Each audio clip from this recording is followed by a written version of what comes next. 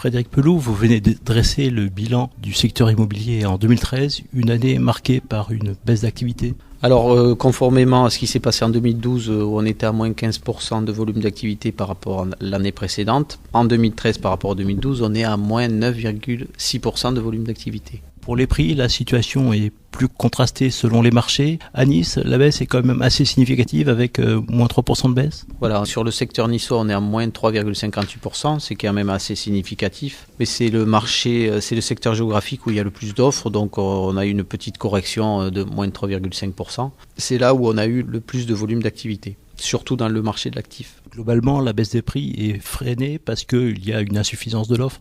C'est ça. On a très peu d'offres. Entre le nombre de demandes et d'offres, il n'y a pas une offre suffisante pour faire baisser les prix.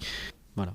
Quelles sont les perspectives pour l'année 2014 ? Les perspectives, on constate depuis 2-3 mois qu'il y a des clients acheteurs, soit primo-accédants ou avec un changement de famille, qui différaient leur achat immobilier depuis des années pensant que les prix allaient s'effondrer et profitent des taux d'intérêt historiquement bas pour passer à l'acte et acheter un logement. Donc il y a un petit regain d'activité. Pour vous, il y a donc des raisons d'espérer ? Il y a des raisons d'espérer parce que je fais confiance à la population. C'est vrai que le moral des Français est en berne, mais on constate qu'il y a un petit regain de morale, surtout dans le placement dans l'immobilier. Le marché est tout de même handicapé par des incertitudes fiscales. Voilà, malheureusement, depuis des années et des années, on a une incertitude fiscale, puisqu'on a des changements sur la plus-value, on en a eu 5 en 2 ans.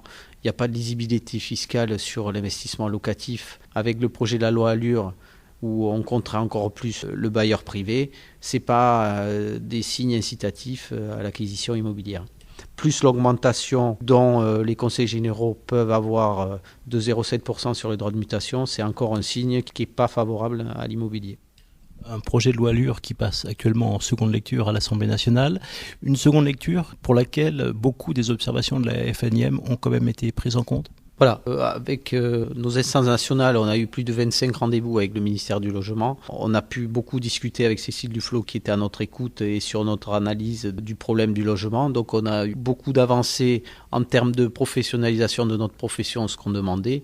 Et on a eu des adaptations dans la manière d'appréhender la location de logement. Des incertitudes quand même à la mise en place de certains dispositifs, notamment le prix médian du marché.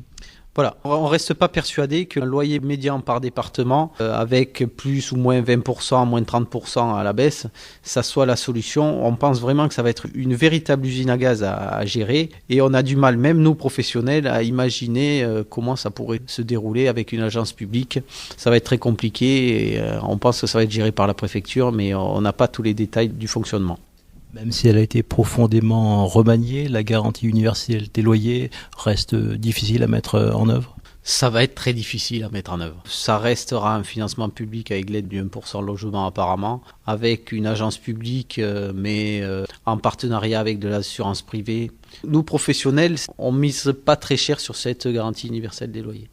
Il va y avoir prochainement des élections municipales. Vous espérez certains changements, notamment sur des priorités accordées au logement ? Alors, il y a des choses quand même bien dans cette loi Allure, surtout dans la manière d'appréhender le foncier et les logements. C'est vrai que la compétence de la construction actuellement, c'est donnée aux communes et donc aux maires. La compétence pour être préfecture ou intercommunalité, c'est vrai que pour des raisons électorales, quand on construit, un maire n'est pas souvent très bien vu.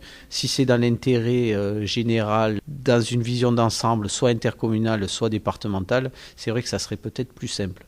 Mais n'importe quel maire à l'heure actuelle en campagne est obligé de parler du logement parce que c'est vraiment un vrai problème que touche tous les Français. Il faut libérer du foncier dans les Alpes-Maritimes. Il faut libérer du foncier, mais trouver le foncier. C'est vrai qu'on est un département où c'est pas évident.